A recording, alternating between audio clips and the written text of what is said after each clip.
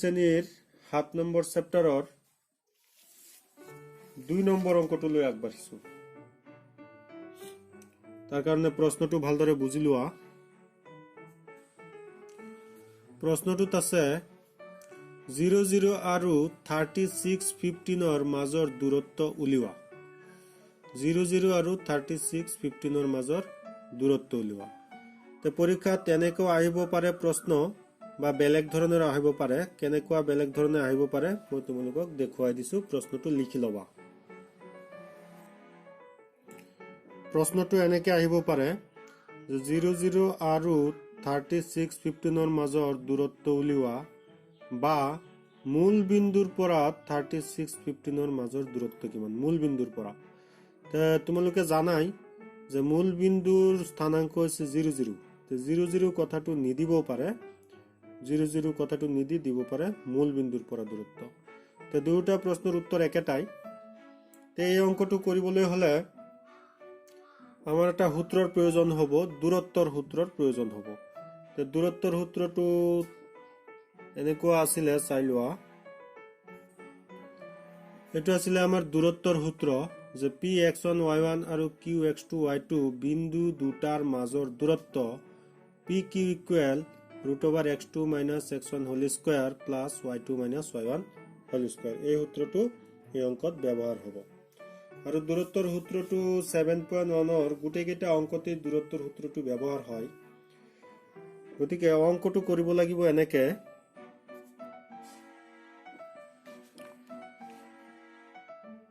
00 আৰু 3615 বিন্দু দুটাৰ মাজৰ দূৰত্ব সমান সমান √x2 - x1 whole square plus y2 - y1 whole square এটো হৈছে x1 y1 এটো x2 y2 x2 - x1 x2 আছে 36 x1 আছে 0 36 - 0 whole square plus y2 - y1 15 - 0 15 - 0 whole square 36 - 0 36 square plus 15 - 0 মানে 15 square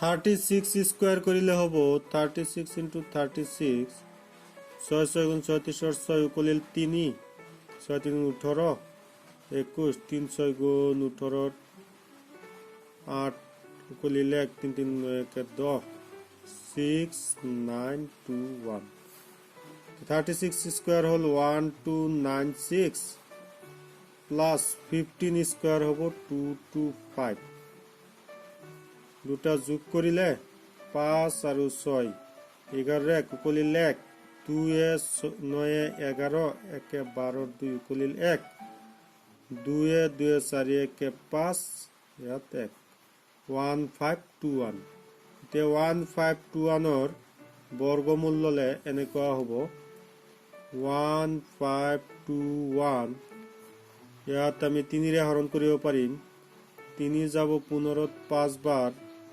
15 হল 2 ত না যায় 0 21 7 বাৰ আকৌ 3 ৰে হৰণ কৰিব পাৰিম 3 যাব 5 ত একবাৰ 2 থাকে 20 ত 6 বাৰ আকৌ 2 থাকে 27 ত 9 বাৰ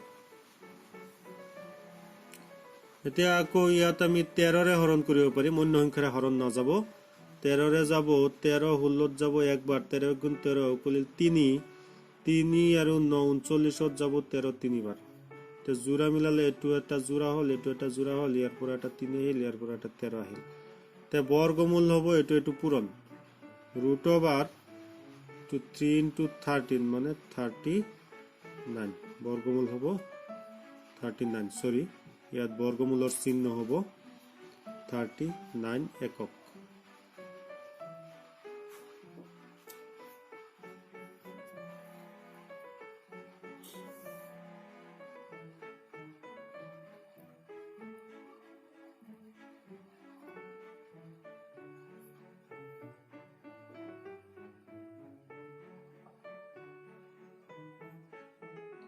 ছাত্ৰ-ছাত্ৰীসকল, ভিডিঅ'ৰ শেষত তোমালোকৰ কাৰণে এটা খুবেই ইণ্টাৰেষ্টিং খেল দিয়া আছে।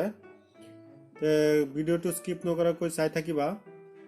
সময় অতিবাহিত নকৰি আমি পিছৰ অংকটোলৈ আগবাঢ়িম। পিছৰ অংকটো কৰিম 7.1ৰ 3 নম্বৰ অংক। 7.1ৰ 4 নম্বৰ অংক। প্ৰশ্নটো বুজি লোৱা।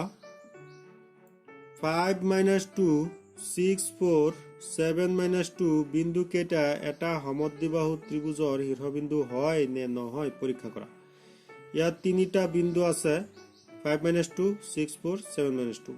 এই তিনিটা বিন্দু এটা সমদ্বিবাহু ত্ৰিভুজৰ শীৰ্ষবিন্দু হয় নে নহয় পৰীক্ষা কৰা। মানে এই তিনিটা বিন্দুৰে যিটো ত্ৰিভুজ হৈছে সেই ত্ৰিভুজৰ দুটা বাহু সমান হয় নে নহয় আমি পৰীক্ষা কৰিব লাগে। অংকটো কেনেকৈ কৰিব লাগিব চোৱা। প্ৰথমতে এটা ত্ৰিভুজ আঁকি ললো। এইটো এটা ত্ৰিভুজ আঁকি ললো এ বি চি। এ বিন্দুটো আমি ধৰি ললো প্ৰশ্নত চোৱা 5 - 2। বি বিন্দুটো ধৰি ললো 6 4। চি বিন্দুটো ধৰি ললো 7 - 2। এই তিনিটা বিন্দুৰে এটা ত্ৰিভুজ পাইছো। এই ত্ৰিভুজটোৰ দুটা বাহু সমান হয় নে নহয় আমি পৰীক্ষা কৰিব লাগে। এ বি চি এইবিলাক ধৰি লোৱা বস্তু। ইয়াত আমি লিখিম ধৰো এ 5 - 2 বি 6 4 চি 7 - 2 তিনিটা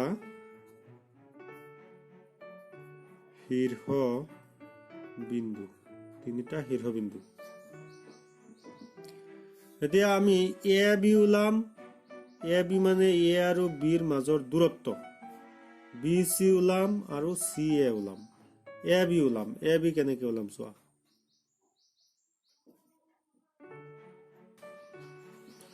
ইয়াত এ বি এ বুজাইছে এ আৰু বিৰ মাজৰ দূৰত্ব। এ আৰু বিৰ মাজৰ দূৰত্ব, গতিকে ইয়াত দূৰত্বৰ সূত্ৰ আহিব।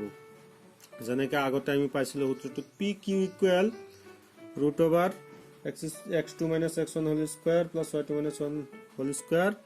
ইয়াত আহিব A B equal √(x2 - x1 whole square plus y2 - y1 whole square. এতিয়া মানকেইটা বহাওতে খুব সাৱধান। ভালকে মনোযোগ দিয়া। ইয়াত আছে এ বি। ইয়াত থাকিব x1 y1, ইয়াত থাকিব x1 y1 আৰু বিত থাকিব x2 y2। এতিয়া এইটো এ এইটো বি, এইটোক ধৰিব লাগিব x1 y1, এইটো ধৰিব লাগিব x2 y2। মনোযোগ দিবা।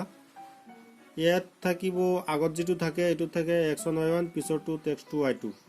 তো এইটো এ এইটো বি, গতিকে ইয়াত x1 y1 এইটো x2 y2। তে মান কেইটা বহাওতে x2 - x1, x2 হ'ব 6, x1 হ'ব 5, 6 - 5 whole square plus y2 - y1, y2 হ'ব ইয়াত 4 মাইনাস y1 আছে -2 হৈ যাব ইয়াত +2 হোল স্কয়ার। তে ক্যালকুলেশন কৰিলে 6 - 5 মানে 1 স্কয়ার প্লাস 4 + 2 মানে 6 স্কয়ার। 1 স্কয়ার মানে 1 প্লাস 36 ইকুয়াল √37। তে এটা আমি পাই গলো এ বি পাই গলো √37। এতিয়া বি সি ওলাই চাম। এ বি পালো √37। এতিয়া বি সি ওলাই চাম। B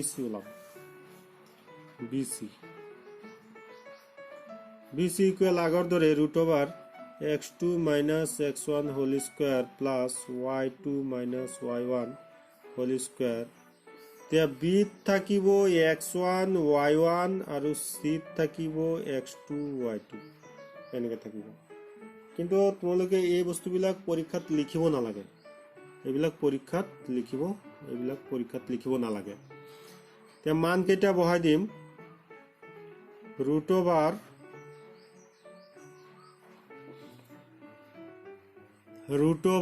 x2 minus x1, c ত আছে x2 আৰু b ত আছে x1। তো ইয়াত চোৱা, এইটো হ'ব x1 y1, এইটো হ'ব x2 y2। তো x2 আছে 7, x1 আছে 6, 7 minus 6 whole square। ইয়াত হ'ব 7 minus 6 whole square। ভালদৰে মনোযোগ দিবা, খুবেই দৰকাৰী বস্তু। y2 minus y1, ইয়াত আছে x1 y1 x2 y2, গতিকে y2 হ'ব -2, y1 হ'ব 4, -2 আৰু 4। তো y2 ঠাইত হ'ব -2 মাইনাছ y ঠাইত হ'ব 4, -4 whole square root over 7 minus 6 মানে 1 square plus -2 minus 4 মানে -6 whole square। তো 1 square মানে 1 plus 36 সমান root over 37। তো চোৱা এ বি সমান পাইছিলো root over 37, বি সি সমান পাইছো root over 37। গতিকে এটাকে আমি লিখিব পাৰিম এ বি ইকুৱেল বি সি, তাৰ মানে দুটা বাহু সমান পাইছো। এটাকে ত্ৰিভুজটো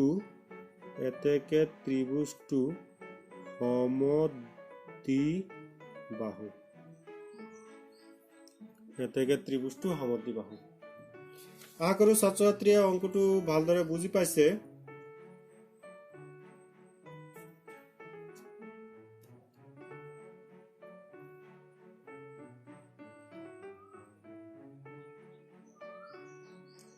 এই অংকটো প্ৰায় আহিয়ে থাকে, পৰীক্ষাত প্ৰায় আহি থাকে। সময় অতিবাহিত নকৰি আমি পিছৰ অংকটো লৈ যাম। পিছৰ অংকটো কৰিম 7.1 7 নম্বৰ অংক। প্ৰশ্নটো ভালদৰে বুজি লোৱা। 2 - 5 আৰু -29 বিন্দু দুটাৰ পৰা সমদূৰত্বত x অক্ষৰ ওপৰত থকা বিন্দুটো নিৰ্ণয় কৰা। আমি জানো x অক্ষৰ ওপৰত থকা বিন্দুটো হয় x0।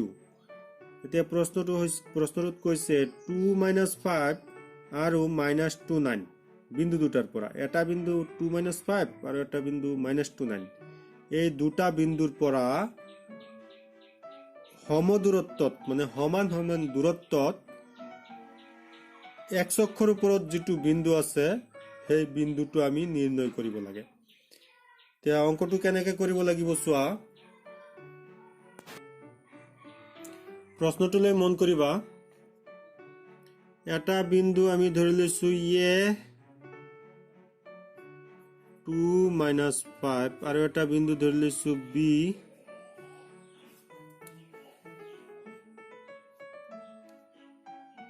-29।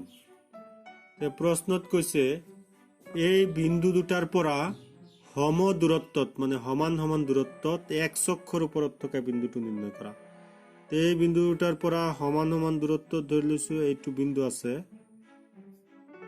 ইয়াৰ পৰা এই বিন্দুটো যিমান দূৰত, ইয়াৰ পৰা এই বিন্দুটো সিমান দূৰতেই, সমান দূৰত্বত।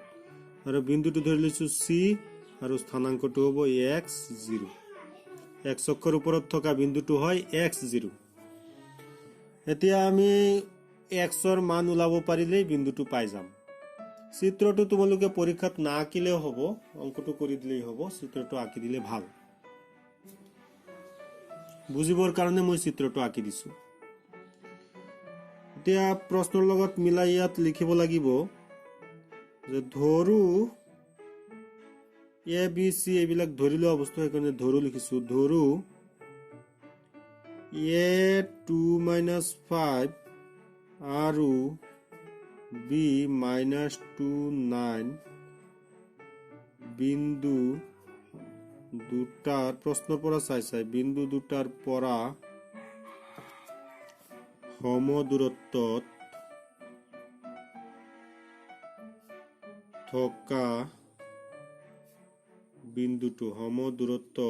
থকা বিন্দুটো সমান সমান CX0 সমান সমান দূৰত্ব থকা বিন্দুটো হ'ল CX0 এতিয়া ইয়াৰ পৰা C যিমান দূৰত আছে বিৰ পৰাও C সিমানেই দূৰত আছে গতিকে আমি লিখিব পাৰিম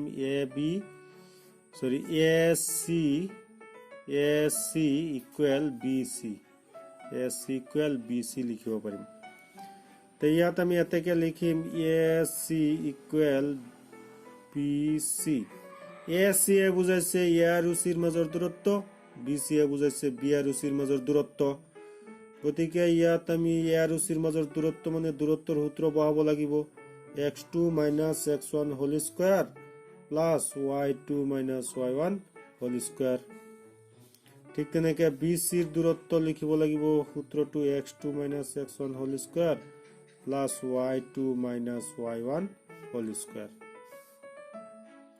তে মান কেইটা বহুৱাৰ সময়ত অলপ সাৱধান হ'ব লাগিব ইয়াত আছে AC গতিকে ইয়াত থাকিব x1 y1 c ত থাকিব x2 y2 এটো হ'ব x1 y1 এটো হ'ব x2 y2 এতিয়া x2 - x1 মানে এটো x2 হ'ব x x1 হ'ব 2 root over x - 2 whole square plus y2 - y1 মানে 0 plus 5 0 minus এতিয়া y1 আছে -5 মানে এটো হৈ যাব plus 5 whole square equal আকৌ BC b থাকিব x1 y1 c থাকিব x2 y2 গতিকে x1 y1 থাকিব b আৰু x2 y2 থাকিব c গতিকে x2 - x1 মানে এটো হ'ব x2 y2 এটো হ'ব x1 y1 গতিকে x2 - x1 মানে x plus 2 হৈ যাব whole square plus 0 - 9 whole square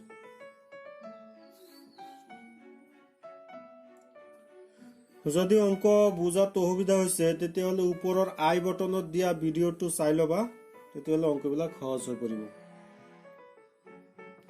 এতিয়া দুয়োফালে ৰুট ওভাৰ আছে আমি ৰুট ওভাৰ উঠাই দিব পাৰিম দুয়োফালে ৰুট ওভাৰ থাকিলে ৰুট ওভাৰ উঠি যায় গতিকে ইয়াত হৈ যাব x - 2 হোল স্কয়াৰ প্লাস এটো 5 square equal to x plus 2 whole square plus -9 whole square এটো a plus b হোল স্কয়াৰৰ সূত্ৰত ভাঙিব লাগিব এটো a minus b ৰ সূত্ৰ এটো a plus b হোল স্কয়াৰৰ সূত্ৰ a minus b হোল স্কয়াৰৰ সূত্ৰ এটো ভাঙিলে x square minus 2 into x into 2 plus 2 square plus 5 square মানে 25 equal x square plus 2 into x into 2 plus 2 square plus minus 9 whole square কৰিলে 81 হ'ব প্লাসৰ 81 হ'ব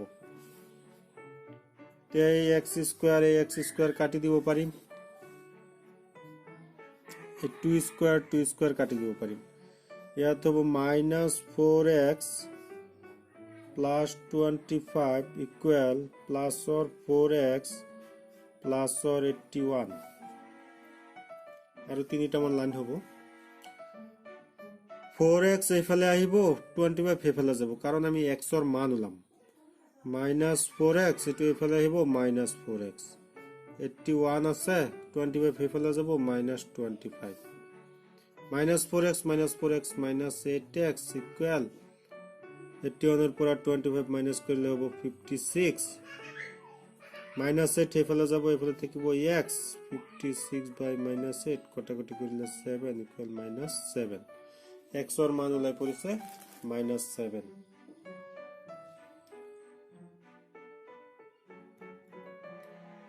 আমাক ওলাবলৈ দিছিল x অক্ষৰ ওপৰত থকা বিন্দুটো নিৰ্ণয় কৰা তে x অক্ষৰ ওপৰত থকা বিন্দুটো আমি ধৰি লৈছিলো x0 CX0 তে x ৰ মান ওলাইছে -7 গতিকে বিন্দুটো হ'ব -7 0 তে তলত লিখি দিলেই হ'ল এতেকে x অক্ষৰ ওপৰত থকা বিন্দুটো সমান সমান x0 মানে -70।